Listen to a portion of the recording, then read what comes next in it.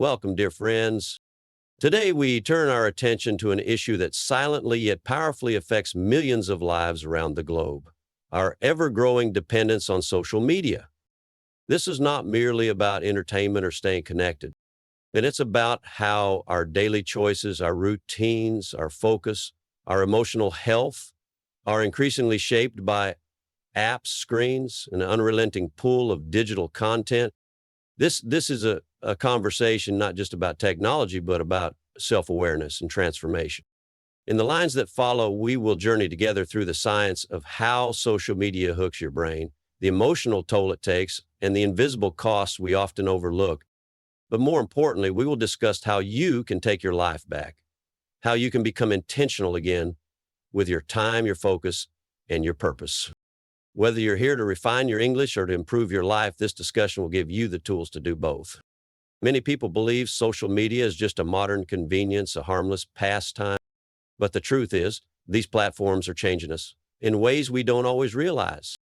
If you've ever picked up your phone just to check one thing and found yourself still scrolling 30 minutes later, this message is for you. If you've ever felt anxious, unmotivated, or dissatisfied after browsing your feeds, you're not alone. This video isn't meant to scare you. It's meant to open your eyes. By the end, my hope is that you not only understand the dangers, but also feel empowered with simple, practical ways to break free. But let's begin with some eye-opening facts about just how much of our lives we are trading away, often without even noticing. Social media was originally created to connect people, to help friends stay in touch, to bridge distances between families, and to share moments of joy. However, over time, what began as a tool for connection has become a force of distraction, disconnection, and even emotional distress. Most people are unaware of just how much time they spend on these platforms until they take a closer look. On average, individuals spend anywhere between 6 to 8 hours a day on their phones, much of it engaged in social media.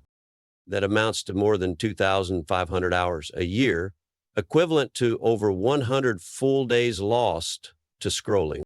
What does this time cost us? The first and most obvious casualty is productivity. And instead of using those hours to learn a new skill, write a book, work out, or build a career, we surrender it to endless streams of curated content that often do little to enrich our lives. The mindless repetition of scrolling, liking, and watching may feel relaxing in the moment, but it slowly drains our mental clarity and creative energy. Students are finding it increasingly difficult to focus on reading or studying for even short periods. Employees in high-pressure jobs often report being unable to complete a task without checking their phones multiple times. Even in personal lives, the habit of constantly checking notifications disrupts family time, meal conversations, and intimate relationships. Then there's the emotional impact. Many people feel anxious when separated from their phones for too long.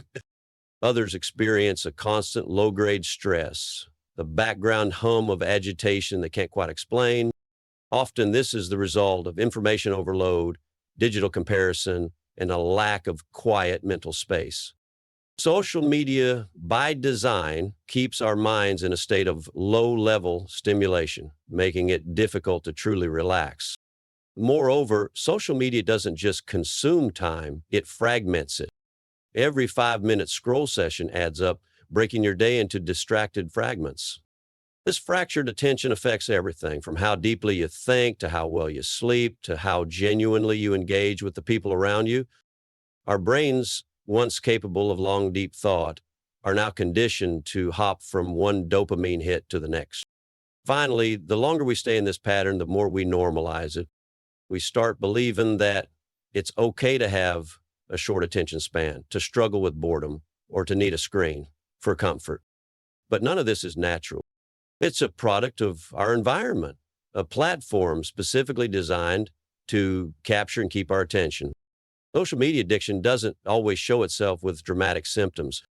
It rarely begins with someone acknowledging, "I think I'm addicted to my phone." Instead, it builds slowly, quietly, weaving itself into daily life until it becomes nearly invisible.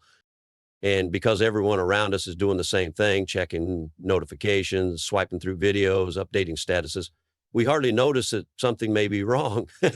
One of the earliest signs of social media dependency is a sense of discomfort or anxiety when you're away from your phone. You might feel the urge to check it during meals, while watching a movie, or even in the middle of a conversation. For many, the phone is the first thing they reach for in the morning and the last thing they look at before bed. When you begin to rely on it, not just for communication, but also for comfort, distraction, or escape from boredom, you may be entering the early stages of addiction. This behavioral loop is reinforced by the brain's reward system, specifically dopamine, a neurotransmitter that gives you feelings of pleasure when you're rewarded. Each time you receive a notification, a like, a comment, a message, your brain releases a bit of dopamine. These small rewards feel good, and over time, your brain begins to crave them. The result? You check your phone even when you don't really need to. You scroll aimlessly, hoping for something new, exciting, or stimulating. This cycle is not unlike the pattern seen in substance addiction. Much like a gambler waiting for a winning slot machine spin or a smoker craving their next cigarette, social media users often check their feeds without conscious intention. The habit becomes reflexive. It's no longer a tool you use. It becomes part of your identity, your coping mechanism, your mental escape hatch. A more subtle but equally damaging sign is the decline in your attention span. Have you ever tried watching a 30-minute educational video, but gave up halfway through, only to immediately watch 31-minute videos without any issue? This isn't just preference, it's your brain adapting to bite-sized, dopamine-rich content. The more accustomed your mind becomes to fast, shallow stimulation, the harder it becomes to engage in deep, focused thinking. Another common symptom is phantom notification syndrome, where you feel your phone vibrate even when it hasn't. This psychological trick reveals how deeply your mind is anticipating interaction. It is a signal that your nervous system is wired around expectation, constantly on edge. If you find yourself emotionally affected by social media, feeling anxious, irritable, or empty after scrolling, it's a sign your brain has begun to associate your self-worth with what happens on those screens. At this point, it's not just a habit, it's a problem worth addressing. Have you ever opened a social media app and instantly been bombarded with images of people on vacation in exotic destinations, attending glamorous events, or achieving milestones you've only dreamed of? It's a daily experience for most users, and while these posts may seem harmless or even inspiring, they can have profound psychological consequences. What we're seeing is not reality. It's a highly edited, filtered, and curated version of life designed to impress. Social media platforms operate like modern-day highlight reels. Muses share their best moments, the celebration after a promotion, the perfect family photo, the gym selfie after months of progress. Rarely do people post about their arguments, self-doubt, or failures. And even if they do, those moments are often sanitized or stylized to maintain a certain online image.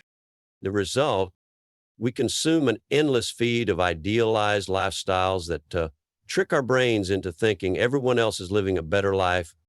This constant exposure to artificial perfection fuels a dangerous phenomenon. You begin to question your own life. Why haven't I traveled like that? Why is my relationship not as happy? Why am I not as fit, rich, or successful?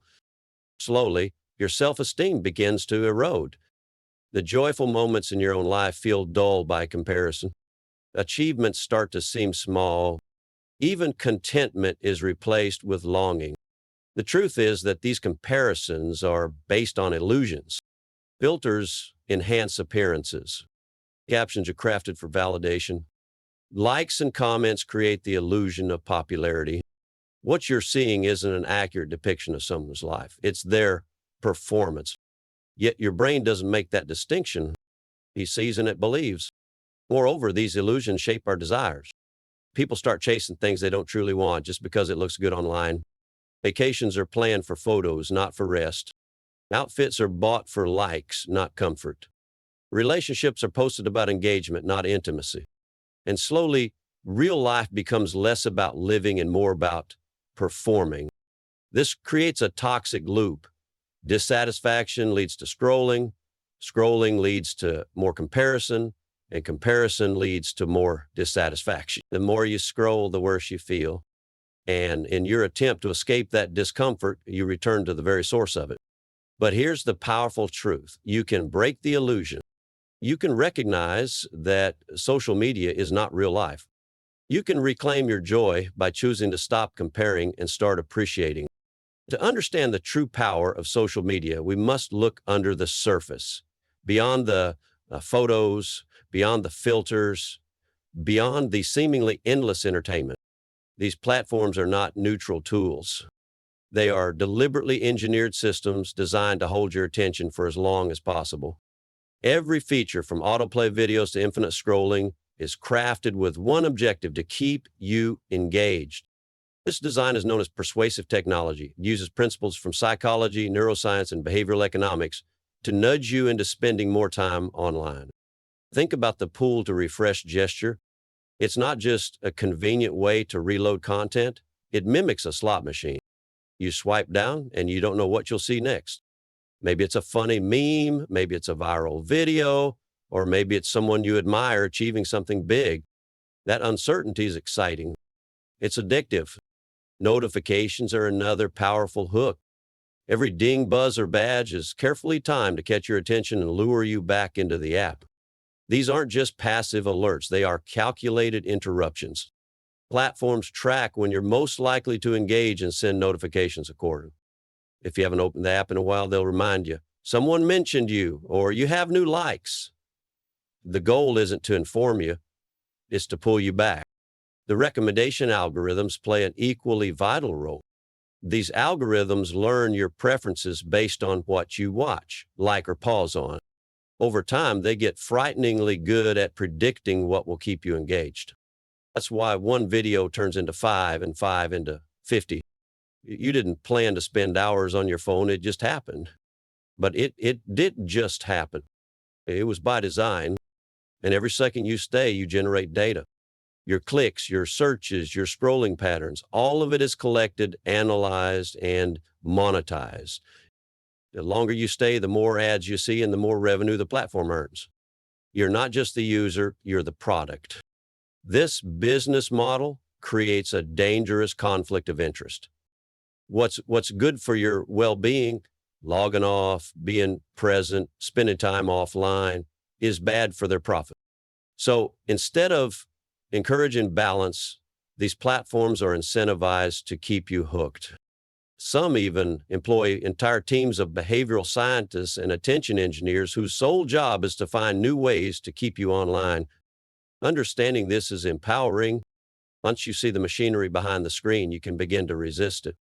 You can reclaim your autonomy by realizing that your time, attention, and peace of mind are being traded for someone else's financial gain. The good news, you can fight back. Now that we understand how social media exploits our brain's reward system, we must ask an important question. Why aren't we addicted to things that are actually good for us? Why do we struggle to build habits like reading, exercising, or meditating, even though we know these activities contribute to our growth and happiness? The answer lies in how our brains are wired to respond to rewards. Social media gives us immediate gratification. One like, one short video, and boom, a dopamine hit. These small, instant rewards trick your brain into feeling satisfied with minimal effort. It's a loop that reinforces itself over and over. In contrast, beneficial habits, like studying or exercising, offer delayed gratification. You might read for an hour and feel like you barely made progress. You might work out for weeks before see any change in your body. Meditation might take months before you notice a shift in mental clarity. These long-term gains require patience, persistence, and delayed reward, which our modern digital minds are less accustomed to tolerating. This is why good habits feel hard. Not because they are unpleasant, but because they don't deliver the immediate dopamine boost that our brains have become conditioned to expect. And when your brain has become used to easy pleasure, it begins to resist activities that require sustained effort. The key to change is retraining your brain to find satisfaction in progress, not just results. You have to learn to enjoy the process, not just the reward.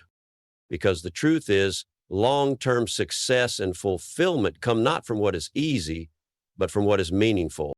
Breaking free from the grip of social media doesn't require a dramatic life overhaul.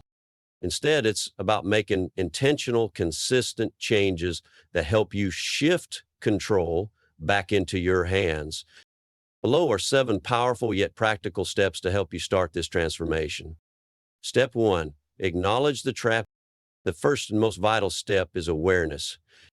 You have to honestly recognize that your usage might be more than just a habit, it might be a dependency. This isn't about blaming yourself, but about understanding the environment you're in. These platforms are designed to keep you scrolling. Knowing that helps you stop feeling guilty and start feeling empowered. Step 2, turn off non-essential notifications. Notifications are like tiny hooks. Each ping pulls your attention away from the present moment and throws you into a rabbit hole of content. Go to your phone settings and turn off all non-urgent notifications, especially those from social media apps. You don't need to be notified every time someone likes your photo. Step 3, use the 5-second rule. Whenever you feel the urge to open a social media app, count down 5, 4, 3, 2, 1. Then pause and ask yourself, why am I opening this right now? Is it boredom, anxiety? Even that small moment of awareness helps you break the automatic reflex and make a more conscious decision. Step 4, set clear time boundaries. Built-in tools on your phone to set app limits. Start small, maybe 30 minutes a day for social media. Once that time's up, stop. Consider using apps like Freedom or Stay Focused to block distractions. Your time is too valuable to give away in tiny, unnoticed chunks. Step 5, replace scrolling with real experiences. You can't just delete an old habit, you have to replace it. Fill your time with meaningful offline alternatives. Write, cook, exercise, call a friend, go for a walk. Take up a hobby you've always put off.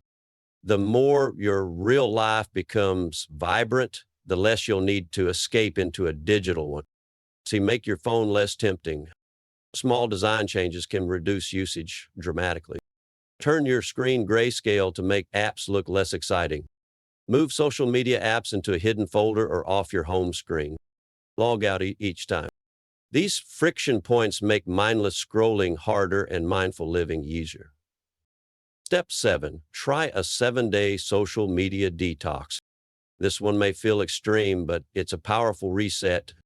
And for 1 week, delete all social media apps. Inform friends in advance if needed. Use the time to reconnect with yourself, your goals, and your loved ones. Reflect, read, breathe. At the end of the week, decide how and if you want to reintroduce these platforms into your life. Throughout this process, remember, this isn't about perfection. It's about progress. Some days you'll slip. That's okay. What matters is that you're moving in the right direction toward clarity, peace, and purpose. Let me introduce you to 2 individuals, Alex and Ryan. These 2 were close friends who started in nearly identical situations. Both had the same level of education, similar jobs, and big dreams for their futures. But over time, their paths diverged. Not because of luck or opportunity, but because of how they chose to spend their time, particularly their time on social media. Alex was deeply immersed in the digital world. He checked his phone first thing in the morning, scrolled through social media during work breaks, and stayed up late watching endless short videos. Initially, it felt harmless, just a way to relax. But slowly, his productivity declined. He missed deadlines, lost interest in hobbies, and found it harder to focus. The more stressed he became, the more he turned to his phone as an escape. Ryan, on the other hand, decided to make a change. He noticed how much time he was spending online and decided to limit his usage. He removed distracting apps from his home screen, set daily time limits, and began using his free hours to study, exercise, and reconnect with offline friends. The first few weeks were tough. He felt the pull of the screen constantly, but over time, his mind felt clearer and his motivation returned. 5 years later, the difference between them was stark. Alex remained stuck in the same place, same job, same frustrations, same habits. He often said he didn't know where the time went. Meanwhile, Ryan had launched a successful side business, improved his health, traveled to new places, and built deeper relationships. He didn't gain superpowers. He simply stopped giving his time away to something that didn't give back. Their story is a reminder that your future isn't defined by your circumstances, but by your daily choices, especially the choice of how you spend your attention. Let's step away from theory and look at the numbers. It's one thing to say social media takes up a lot of time. It's another to see just how much that time adds up. Imagine you spend 5 hours a day on your phone, and 3 of those hours are dedicated to scrolling through social media. That's 21 hours a week. Multiply that by 52 weeks, and you get over 1,000 hours a year, roughly 43 entire days. But many people spend far more than 3 hours daily. For heavy users, the number can easily climb to 5 or 6 hours. That's over 2,000 hours annually, or nearly 90 days. Almost an entire quarter of your year spent staring at a screen. Now ask yourself, what could you do with that time? In 90 days, you could learn the basics of a new language, write a draft of a novel, get in the best shape of your life, start an online business, or simply reconnect with family and friends in meaningful ways. That's the hidden cost of social media. It doesn't take your time in large chunks. It steals it minute by minute, disguised as harmless entertainment. Now, time is not something you can get back. Once it's spent, it's gone forever. But when you reclaim it, even just an hour a day, you open the door to opportunities you never thought possible. Don't underestimate what you can achieve in those quiet hours you get back from the scroll. Now that you've seen the full picture, the impact, the causes, the psychological traps, and the way out, it's time to turn insight into action. You don't need to make massive changes overnight, but you do need to begin. Start by making a single promise to yourself that your time is valuable and you will no longer give it away to things that don't serve your growth. Imagine waking up tomorrow and not reaching for your phone immediately. Imagine starting your day with clarity, setting goals, and spending your energy on things that matter.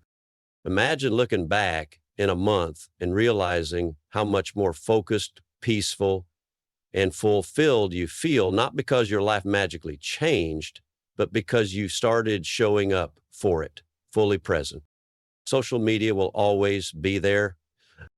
The question is, will you still allow it to control you, or will you choose to take the wheel? The future isn't shaped by grand gestures. It's shaped by what you do daily. Every moment you reclaim from the scroll is a moment invested in your dreams, your health, your relationships, and your purpose. So here's your first step. Today, right now, take 5 minutes to turn off your notification. Then use those 5 minutes to breathe, stretch, reflect, or simply sit in silence. Let that be the first brick in the foundation of your new digital freedom. This is your time. Don't let algorithms decide how you spend it. Choose deliberately, live intentionally, and start building the life that truly belongs to you.